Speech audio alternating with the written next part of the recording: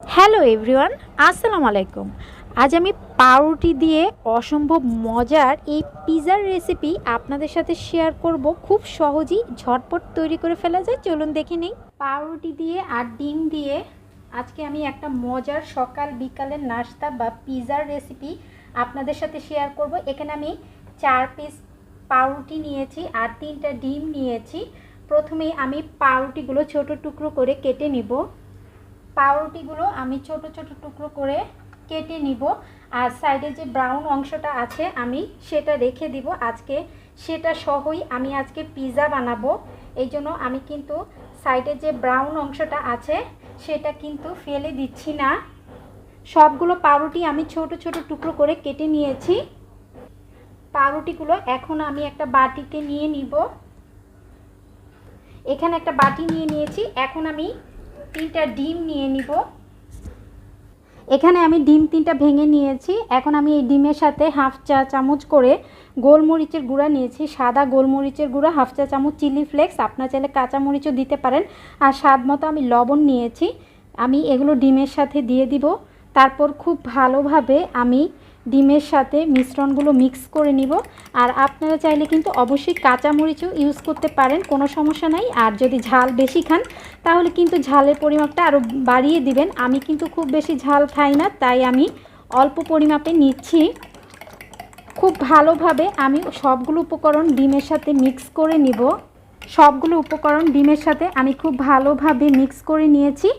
এখন আমি যে ছোট ছোট করে পাউরুটিগুলো টুকরো করে রেখেছিলাম সেই পাউরুটিগুলো এই ডিমের মিশ্রণের সাথে দিয়ে দিব। তারপর আমি পাউরুটিগুলো ডিমের মিশ্রণের সাথে খুব ভালোভাবে মিক্স করে নিব। মিক্স করা হয়ে গিয়েছে। এখন এটা একটা সাইডে রেখে দিব। আর পিৎজা বানানোর জন্য আমার যা যা উপকরণ লাগছে সেগুলো একটু আপনাদের সাথে শেয়ার করব। পিৎজার জন্য এখানে আমি কিছু ধনেপাতা কুচি নিয়েছি, আর এখানে আমি কিউব করে একটা পেঁয়াজ ছোট ছোট কিউব করে কেটে নিয়েছি। একইভাবে আমি একটা ক্যাপসিকাম নিয়েছি, সবুজ ক্যাপসিকাম, আর একটা গাজর নিয়েছি, সেটাও ছোট ছোট টুকরো করে কেটে নিয়েছি কিউব করে। আর এখানে আমার লাগবে 1 কাপ চিজ। এখানে আমি পিৎজার জন্য 1 কাপ চিজ নিয়েছি। পিৎজার জন্য একটা প্যান বসিয়ে দিয়েছি। এখন আমি তাতে 1 টেবিল স্পুন ঘি দিয়ে দিচ্ছি। আপনারা চাইলে কিন্তু কুকিং অয়েলও দিতে পারেন, আমি ঘি দিচ্ছি। ঘি দেওয়ার কারণে কিন্তু পিৎজার টেস্টটা অনেক ভালো আসবে। এখন আমি ঘিটা একটু গরম করে নিব। ঘিটা গরম হয়ে গিয়েছে। এখন আমি আগের থেকে যে ডিমের সাথে পাউরুটিগুলো মিক্স করে রেখেছিলাম আমি এই পুরো মিশ্রণটা ঘিয়ের উপরে দিয়ে দিব। তারপর এটা সমান করে দিব। এখন একটা ঢাকনা দিয়ে ঢেকে দিব। তারপর অপেক্ষা করব। এক পাশ হয়ে গেলে আমি অপর পাশটা উল্টে দিব। এক পাশ হয়ে গিয়েছে, এখন আমি অপর পাশটা উল্টে দিব। আমি অপর পাশটা উল্টে দিয়েছি। এখন আমি টমেটো সস দিয়ে দিব। তারপর এটা সমান করে পুরো পিৎজার উপরে দিয়ে দিব। এখন আমি ক্যাপসিকাম দিয়ে দিব। তারপর গাজর দিয়ে দিব। আর সেই সাথে আমি পেঁয়াজ যে ছোট কিউব করে কেটে রেখেছিলাম পেঁয়াজ কুচিও দিয়ে দিব। কিছু ধনে পাতা কুচি দিয়ে দিব। এখন আমি চিজ দিয়ে দিব। চিজটা আপনাদের পছন্দ অনুযায়ী দিবেন, আপনারা যদি বেশি খান তাহলে বেশি পরিমাপে দিবেন।